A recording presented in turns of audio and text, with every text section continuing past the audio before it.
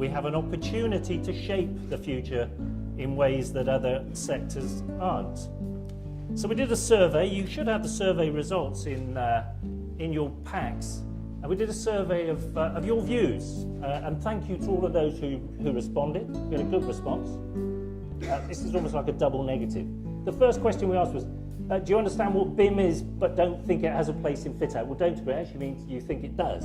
So, and you'll be pleased to see that almost 3/4 of you think that, and only 8% disagree with the fact that BIM will have an impact on the sector. Will it benefit our business? Well, I think that's pretty overwhelming, 66%. Do you intend to invest in BIM in the next 12 months? A massive majority, yes, which will keep Autodesk happy. Their shares will go up, surely.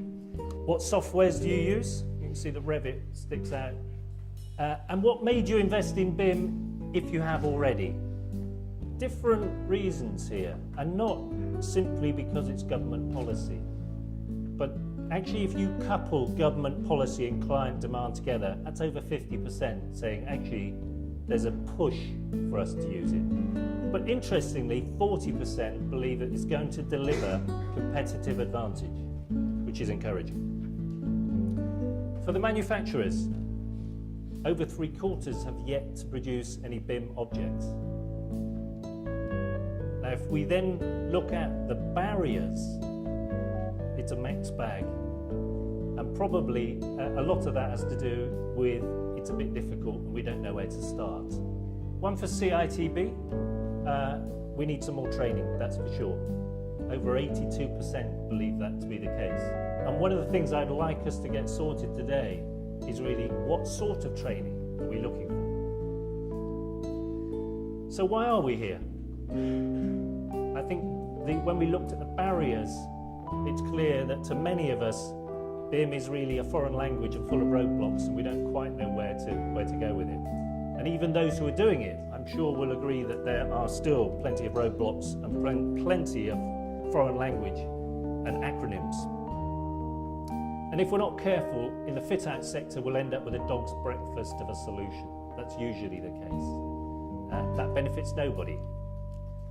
Who in this room could afford to knock 20% off their prices and still be profitable? Would you like to put your hand up? Oh, I knew you would. That's the government's stated aim.